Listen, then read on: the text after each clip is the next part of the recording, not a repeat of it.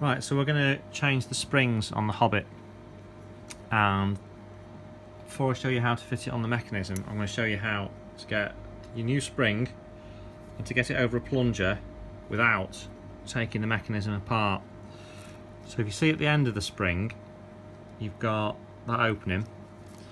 So if you can get between that bit on the plunger and twist it around, you'll see the end of the spring just click on. So then all you've got to do is to twist it. At the end, you've just got to hold it and then just move the last few turns of the spring around, and you see, so that spring's on there without the effort of taking the whole mechanism to pieces.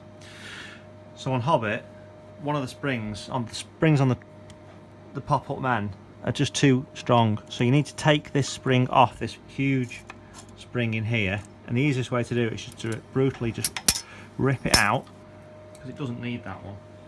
You've got gravity that's helping it, but then you need to put your new spring, which is a 10-135 standard Williams spring, and you need to get it in between the brown housing on the plunger. So if you start it like I showed you by pushing the narrow end of the spring on until it hooks over, and then just wind it around.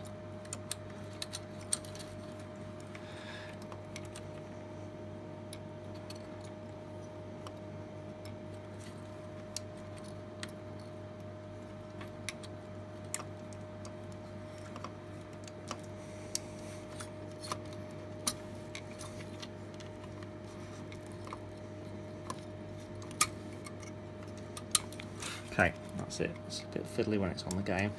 Just wind it with your finger and twist the spring, and you'll just wind it on.